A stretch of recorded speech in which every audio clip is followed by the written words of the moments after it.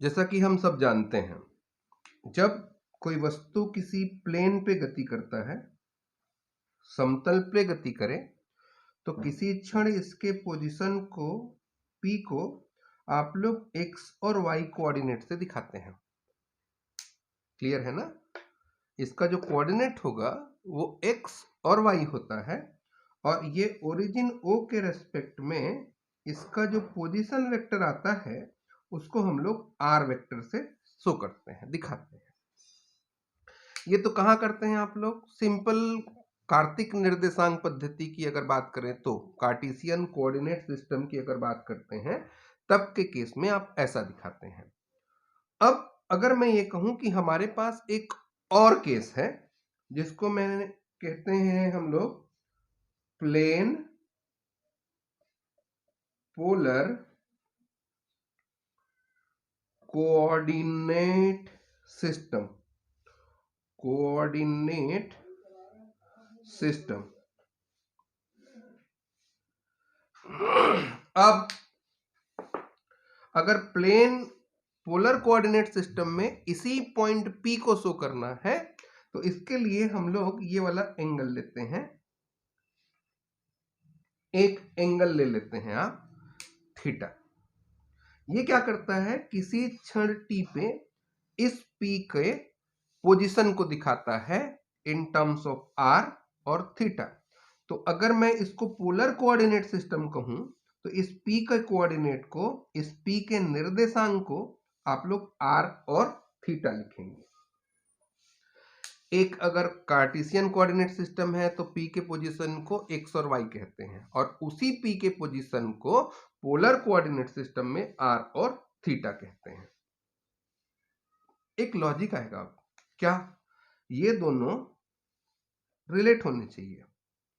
क्यों? क्योंकि दोनों ही कोऑर्डिनेट सिस्टम है और एक ही चीज पे एक ही पॉइंट P के बारे में दो बातें हो रही हैं। कार्टेशियन कोऑर्डिनेट सिस्टम के अकॉर्डिंग आप कहते हैं इसका कोऑर्डिनेट x और y होगा और एक दूसरा है जो पोलर कोऑर्डिनेट सिस्टम में इसकी वैल्यू को r और थीटा कह रहे हैं। मतलब गलत तो नहीं कह सकते ना? अब ये वाला वे कोऑर्डिनेट को डिनोट करने का और ये वाला वे कोऑर्डिनेट को डिनोट करने का, एक ही पॉइंट P के बारे में बात हो रही है तो सेम होना चाहिए। अब ये तो हो गया जनरल डिस्कशन। हम लोग ये कहते हैं कि ये जो कार्टेशियन कोऑर्डिनेट सिस्टम में जो कोऑर्डिनेट है P का किसी क्षण t पे एट सर्टेन टाइम t, तो इसका कोऑर्डिनेट कितना है? xy, और इसको रिलेट करना है r और थीटा से, r और थीटा से। तो पोलर कोऑर्डिनेट सिस्टम में ये जो r लिखे हैं आप, ये जो r होता है इसको बोलते हैं रेडियल डिस्टेंस। क्या बोलेंगे इसको? रेडियल डिस्टेंस, त्रिज्यीय दूरी। और दूसरा जो एंगल थीटा आपने लिया है इसको बोलते हैं पोलर एंगल, इसको बोलेंगे पोलर एंगल। और ये जो r की वैल्यू है ना वो 0 से लेकर के इनफाइनाइट तक हो सकता है। और ये जो थीटा है, ये थीटा कैसे करेगा? इस तरीके से रोटेशन को दिखा रहा है। तो थीटा का वैल्यू 0 एंगल से लेकर के 2 पाई तक हो सकता है। कैसे? देखिए, मान लेते हैं अब आप चलना शुरू कर दिए तो आफ्टर सर्टेन टाइम t1 आपका पोजीशन चेंज हो गया। कहां? आप P से पॉइंट Q पे पहुंच गए। तो P से पॉइंट Q पे पहुंचेंगे तो ये रेडियल डिस्टेंस तो r ही रहा, लेकिन एंगल आपका चेंज हो गया, पोलर एंगल अब फाई हो गया है। और फिर और आगे जाएंगे तो कुछ और होगा, फिर आगे जाएंगे तो कुछ और होगा, और जब वापस लौट के P पे आ जाएंगे तो आपका एंगल 2 पाई का होता है। यहां तक समझ गया? अब हमारा टारगेट है रिलेट करना। किसको रिलेट करना? x और y को r और थीटा से रिलेशन निकालना या रिलेट करना। क्यों? क्योंकि कार्टेशियन कोऑर्डिनेट सिस्टम ना हम लोग जान चुके हैं और इसके बारे में हमने पढ़ा भी है, हम पढ़ चुके हैं पिछले क्लास में। और यहां से अगर ये कार्टेशियन कोऑर्डिनेट सिस्टम से रिलेट हो जाता है तो हमको इसको जानना बड़ा आसान हो जाएगा। ठीक, चलिए अब क्या करें? अब क्या करें? एक काम करते हैं, हम लोग यहां से एक राइट एंगल ले लेते हैं। राइट एंगल लेने का फायदा ये होता है ना, हम लोग को स्टडी करना आसान हो जाता है। कैसे, देखिए, यहां से लेकर के यहां तक का डिस्टेंस कितना होगा, x, और ये वाला डिस्टेंस होगा y। अब बात करते हैं ट्रेंगल। ट्रेंगल, इसको नाम क्या दे दूं, m नाम दे दूं, ओ एम पी में। ठीक, आपको क्या चाहिए, x की वैल्यू चाहिए और y की वैल्यू चाहिए इन टर्म्स ऑफ r और थीटा। x का वैल्यू चाहिए मतलब बेस चाहिए, y का वैल्यू चाहिए मतलब परपेंडिकुलर चाहिए। तो एक काम करें, क्या इसमें cos थीटा लगा दीजिए। अगर cos थीटा लगाते हैं आप यहां, अगर cos थीटा लगता है तो आप लोग क्या बोलेंगे, cos थीटा अगर लगाएं तो क्या बोलेंगे आप, आपका कहना होगा कि यहाँ पे x का वैल्यू, ये तो इसका आधार है, बेस है, और ये हाइपोटेनियस है, तो बेस बाई हाइपोटेनियस मतलब O M by O P. O M कितना है x, ओ पी कितना है r, तो x equals to r cos theta, ये निकल गया x। अब अगर आप कहते हैं कि भाई यहीं y भी निकाल लीजिए, तो मैं कहूंगा साइन थीटा लगा लीजिए। फिर साइन थीटा क्या हो जाएगा, परपेंडिकुलर, ये नहीं है राइट एंगल ट्रायंगल ये वाला, तो ये परपेंडिकुलर और ये हाइपोटेनियस ओपी, ये इसका कर्ण हो जाएगा। तो पीएम कितना है, y होगा, और ओपी कितना है, r होगा, तो y की वैल्यू r cos थीटा। ठीक है, मतलब यहां तक हम लोग को क्लियर है। एक काम करते हैं, r की वैल्यू अगर निकालना है तो ये इक्वेशन 1 और इक्वेशन 2 को स्क्वायर करके ऐड कर दीजिए, इसका वर्ग कीजिए, इसका वर्ग कीजिए और दोनों को जोड़ दीजिए। तो स्क्वायर करके अगर ऐड करते हैं तो आपको मिलेगा x square plus y square equal r square cos square theta r square sine square theta. मतलब x square plus y square r square, यहां देखिए क्या बच जाएगा, आर स्क्वायर यहां से और यहां से अगर कॉमन निकालें तो ये cos square theta plus sine square theta, ये फर्स्ट आइडेंटिटी है ट्रिग्नोमेट्री का, sine square theta plus cos square theta equal to 1 होता है। तो आपके पास आंसर क्या आएगा, x square y square r square और इसका वैल्यू 1 है। एक रिलेशन आपने ये निकाल दिया। क्लियर है बात। इसी क्रम में आप एक काम ये भी कीजिए कि इस इक्वेशन 1 को इक्वेशन 2 में डिवाइड कर दीजिए, इक्वेशन 1 को इक्वेशन 2 से डिवाइड कर दीजिए। तो y बाई एक्स अगर निकालें आप, इसको अगर कैलकुलेट करें तो ये कितना मिल रहा है आपको, r sine theta by r cos theta, तो ये वाला r कैंसिल होगा तो आपको मिलेगा y बाई एक्स, ये क्या मिल जाएगा, टेन थीटा। तो थीटा की वैल्यू आपके हिसाब से tan inverse y by x आएगा। ये हो गया आपका नेक्स्ट इक्वेशन, फोर्थ इक्वेशन, यहां तक आया। अब क्या करें, अब आगे गए, आगे गए तो अब क्या करेंगे, देखिए आपने ये निकाल दिया, आपने ये भी निकाल लिया। अब अगर आप आगे जाते हैं इस कैलकुलेशन में, आगे कैलकुलेट करते हैं तो क्या होगा, आगे का कैलकुलेशन अब करना पड़ेगा। हमने तो ये निकाल दिया एक्स और x square plus y square equal to r square और थीटा की value tan inverse y by x आ जाएगा। लेकिन हम लोग को अब x और y का जो वैल्यू हमने निकाला है, एक रिलेशन जो निकाला है, वो तो ये निकल के आ गया है ना। और ये हम लोग तो पहले से जानते हैं, कार्टेशियन कोऑर्डिनेट सिस्टम के हिसाब से x square plus y square r होगा और theta is equal to tan inverse y by x होगा।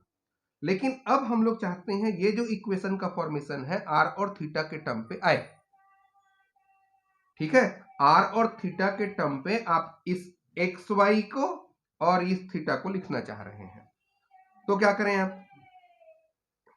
आप देखिए, अब क्या है, जैसे मैं ये कहूं आपको आर लिखना है, वेक्टर आर लिखना है, तो कैसे लिखते हैं आप लिखते हैं एक्स आई प्लस वाई जे, किसमें, कार्तिक निर्देशांक पद्धति में।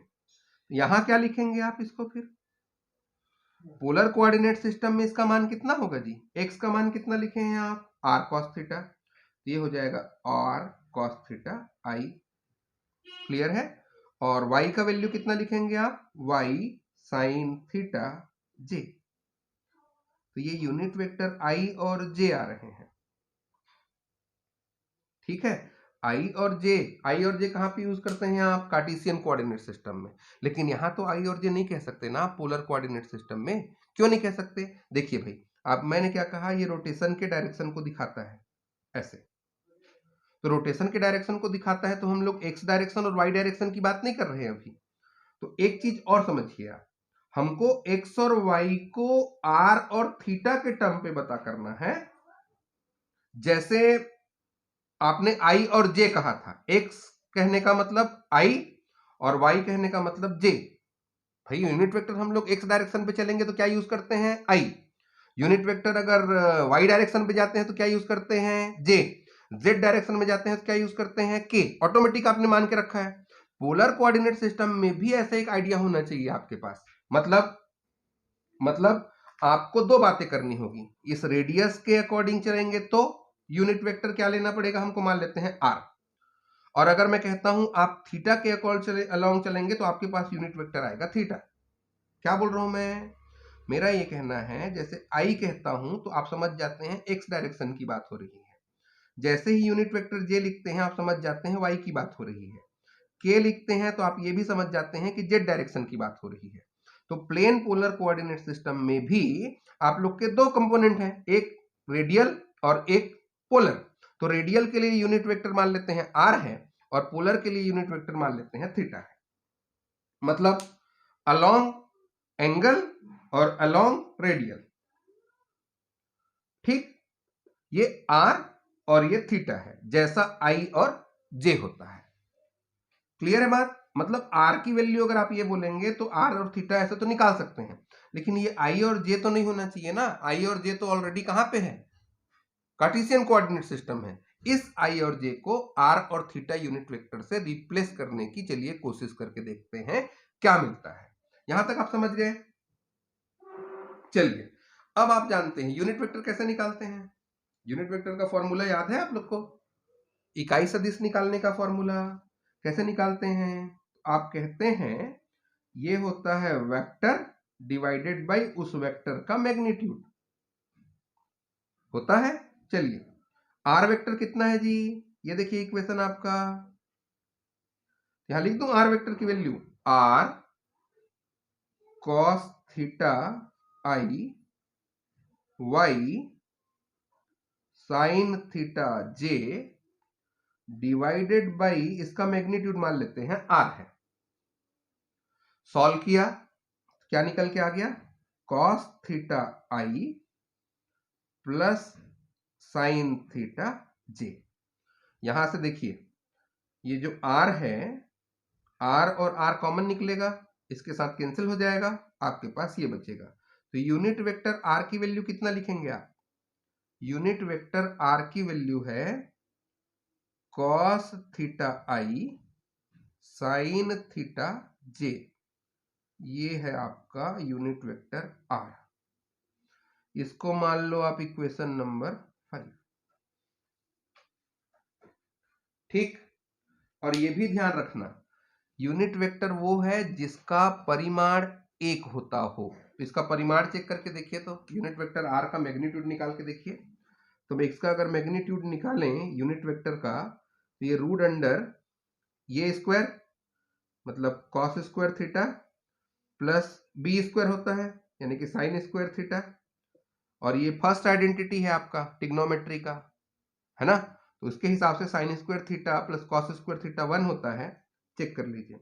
मतलब ये जो आपने आर निकाला है ना, ये सही में यूनिट वेक्टर है, क्यों? क्योंकि इसका परिमाण भी एक आ रहा है। क्लियर है? क्लियर है? अब आपको चाहिए थीटा यूनिट वेक्टर। ये तो रेडियल के लिए पता चल गया, इधर अगर आगे बढ़ रहे होंगे रेडियल डायरेक्शन में तो। अब अगर रोटेट करके थीटा की वैल्यू चेंज कर रहे होंगे तो क्या करें?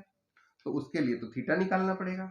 अब थीटा कैसे निकालें? देखिए, अब आप कहते हैं कि हम थीटा डायरेक्शन पे आगे बढ़ रहे हैं, कंफ्यूज नहीं होना भाई।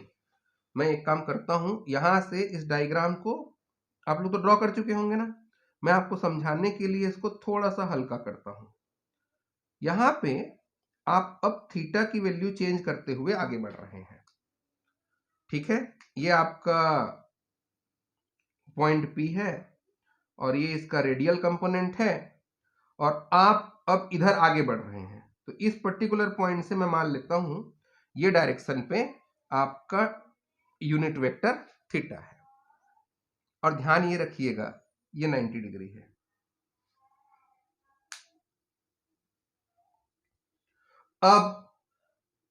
अब ये जो थीटा आप लिए हैं ना, इसके दो कंपोनेंट हो जाएंगे। एक कंपोनेंट किधर आएगा? ये वाई डायरेक्शन एक्स डायरेक्शन में, और एक कंपोनेंट किधर आएगा इसका? वाई डायरेक्शन में। थीटा के दो कंपोनेंट हो गए। ये जो थीटा आप बना के रखे हैं इसके दो कंपोनेंट हो गए, एक थीटा, ठीक, थीटा, और दूसरा ये। इसके हिसाब से अगर आप देखें तो रिजॉल्व कैसे करेंगे इसको? आप मान लेते हैं ये जो एंगल बन रहा है वो कितने का है? थीटा का है। अब ये जो थीटा एंगल बना है, इस थीटा एंगल के लिए इधर कितना कम आएगा? इसको रिजॉल्व करेंगे आप तो इस डायरेक्शन पे इसकी वैल्यू कितना? इस डायरेक्शन के लिए इसका वैल्यू लिखेंगे आप थीटा कॉस थीटा, और इस डायरेक्शन के लिए इसका वैल्यू कितना लिखेंगे आप? थीटा साइन थीटा, ठीक है? ये जो थीटा आपने डायरेक्शन दिखाया है इसके दो कंपोनेंट हो गए, वाई डायरेक्शन में थीटा कॉस थीटा और एक्स डायरेक्शन में थीटा साइन थीटा। इस हिसाब से अगर आप देखें, इस हिसाब से आप देखें तो थीटा यूनिट वेक्टर को कैसे लिखोगे आप? थीटा यूनिट वेक्टर को कैसे लिखेंगे आप? तो आप लिखेंगे इसको, ये समझ में आ रहा है ना कैसे किए हैं? एक बार फिर देखिए, आप इधर घूम रहे हैं ऐसे, तो इस पर्टिकुलर पॉइंट P से आपके एंगल का डायरेक्शन ये है, एंगल का डायरेक्शन ये है, थीटा ये है, और ये एंगल कितना है? थीटा का। तो ये थीटा के दो कंपोनेंट, इधर कितना आ जाएगा? थीटा कॉस थीटा, और इधर कितना आ जाएगा? थीटा साइन थीटा, ठीक? ठीक, जैसे आप रिजॉल्व करते हैं वेक्टर को ऐसे रिजॉल्व नहीं करते। यहाँ पे कोई पॉइंट P था तो आप लोग इधर क्या लिखते हैं इसको? P कॉस थीटा, इधर क्या लिखते हैं इसको? P साइन थीटा, ठीक ना? तो अब क्या करें? अब यहाँ पे कंफ्यूजन तो नहीं हो रहा ना एंगल को लेके? शायद कंफ्यूज हो सकते हैं आप कि नहीं होंगे। यहाँ पे इसको अगर आप यार डाउट कर रहा होगा तो एक काम कर सकते हैं हम लोग।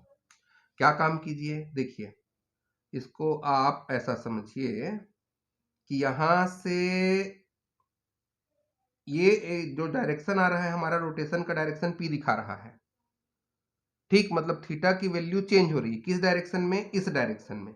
इसके लिए मैंने थीटा यूनिट वेक्टर लिया। तो इस थीटा यूनिट वेक्टर के दो कंपोनेंट होंगे, एक कंपोनेंट वाई डायरेक्शन के लिए आएगा और एक कंपोनेंट इस जेड डायरेक्शन के लिए आएगा, सॉरी एक्स डायरेक्शन के लिए आएगा, ठीक? अब इसको अगर मैं रिजॉल्व कर दूं, अगर इसको मैं रिजॉल्व कर दूं और ये वाला एंगल अगर मैं थीटा दिखा देता हूं तो ये कितना हो जाता है?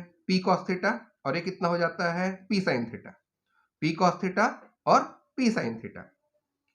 तो यहां पे क्या आएगा आपका?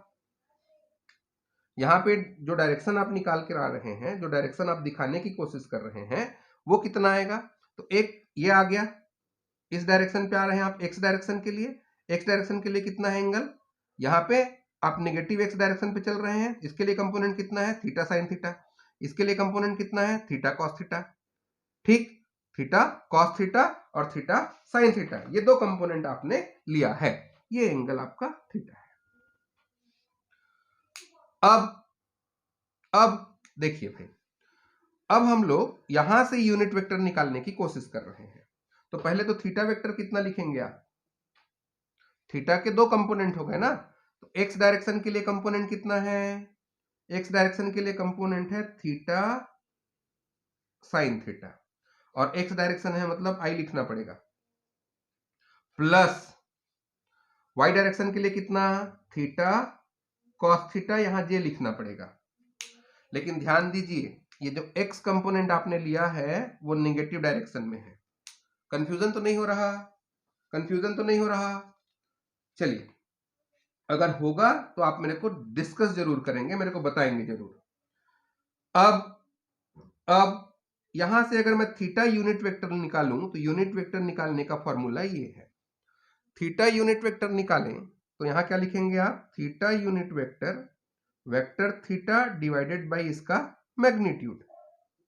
तो वेक्टर थीटा कितना है, minus theta sine theta plus theta cos theta, ये आई और जे, डिवाइडेड बाई थीटा, इसका मैग्नीट्यूड थीटा ले लिया। अब यहां से थीटा कॉमन निकालेंगे, यहां से थीटा, ये वाला थीटा कॉमन निकलेगा, इस थीटा के साथ कैंसिल होगा, बचेगा क्या, माइनस, यहां बचा माइनस साइन थीटा आई प्लस कॉस थीटा जे, कॉस थीटा जे। ये हो गया आपका इक्वेशन नंबर, क्या लिखें इसको, ये तो इक्वेशन नंबर 5 था, इसको लिख लीजिए आप इक्वेशन नंबर 6। एक बार अच्छे से देखिए आपको समझ में आया कि नहीं आया। ये एंगल समझना जरूरी है कि आप थीटा डायरेक्शन पे रोटेट कर रहे थे, इसलिए ये जो थीटा एंगल का डायरेक्शन है, थीटा का डायरेक्शन है, उसके दो कंपोनेंट हुए और उसके लिए यूनिट वेक्टर मैंने थीटा यूनिट वेक्टर लिया है। इसको भी चेक करके देख लीजिए, इसका भी मैग्नीट्यूड एक ही आएगा।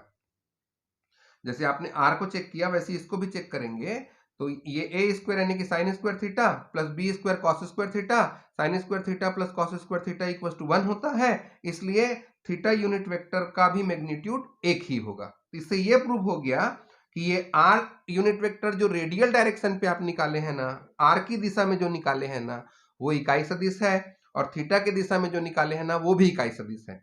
इसका मतलब अगर अब आर यूनिट वेक्टर दिखेगा तो आप समझ जाइएगा आर के मान में परिवर्तन हो रहा है। कौन चेंज हो रहा है, रेडियल डिस्टेंस चेंज हो रहा है। थीटा की वैल्यू बदल रहा है मतलब क्या, पोलर डिस्टेंस बदल रहा है, पोलर एंगल चेंज हो रहा है। क्लियर है बात? यहां इक्वेशन नंबर 6 तक आप अच्छे से नोट कर लीजिए। अब इसको मैं रब करने वाला हूं, अब आगे देखेंगे, रब कर दूं। अब हम लोग ये चाहते हैं कि हमारे पास वेलोसिटी निकल के आए, जैसे कार्टेशियन कोऑर्डिनेट में हम लोगों ने वेग निकाला था ना, वैसे यहां भी हमारा वेग निकल के आए। इसके लिए मैं इसको रब कर रहा हूं और आप अब मेरे को बताएंगे कि किसका वैल्यू हमने क्या लिया था। ठीक है, तो ये है आपका इक्वेशन नंबर, ये बाकी को मैंने हटा दिया, ये। चलिए, अब हमारा टारगेट है वैल्यू ऑफ वेलोसिटी निकालना, वेग निकालना, किस कोऑर्डिनेट सिस्टम में, प्लेन पोलर कोऑर्डिनेट सिस्टम में। वेलोसिटी निकालने का फॉर्मूला आपके हिसाब से, आप कहते हैं हमारे हिसाब से ये फॉर्मूला होता है dr बाई dt के। क्लियर है?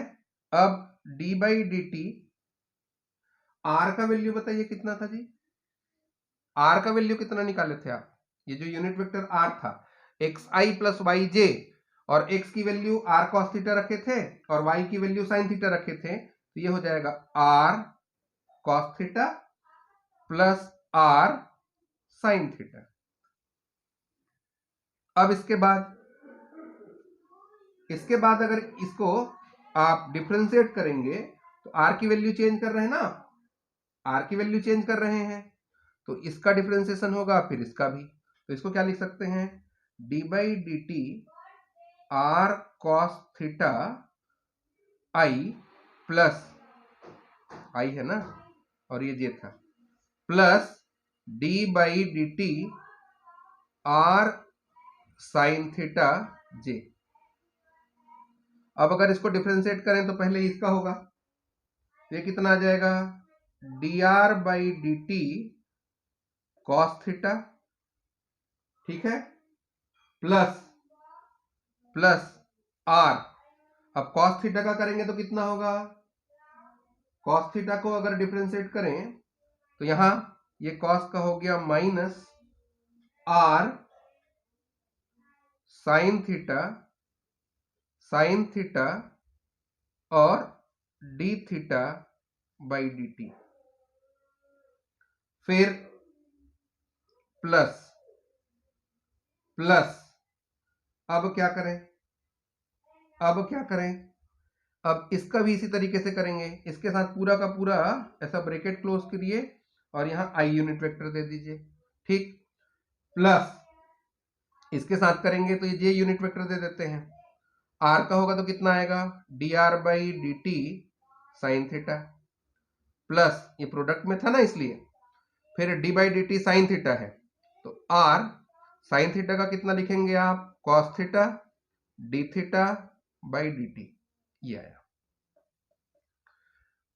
यहां ये जो टर्म है ना D r by d T, इसके लिए मैं यूज करूंगा आर के ऊपर डॉट लगाऊंगा और D theta by d T जहां जहां है उसको हम लोग लिखेंगे थीटा के ऊपर डॉट। मतलब समझ जाइएगा आप, अगर आर के ऊपर ऐसा डॉट दिखे तो ये D r by d T है और थीटा के ऊपर अगर डॉट दिखे तो समझ जाइएगा D theta by d T है। इसको इजी करें, चलिए इसको इजी करते हैं। कैसे इजी करें, आई ये कितना आया, d r by d t यानी कि ये हो गया r dot cos theta minus r sine theta plus j r dot sine theta plus r cos theta dot. और अगर ये कंफ्यूज कर रहा होगा आपको तो थीटा डॉट को सामने लिख सकते हैं आप, कोई इशू नहीं है।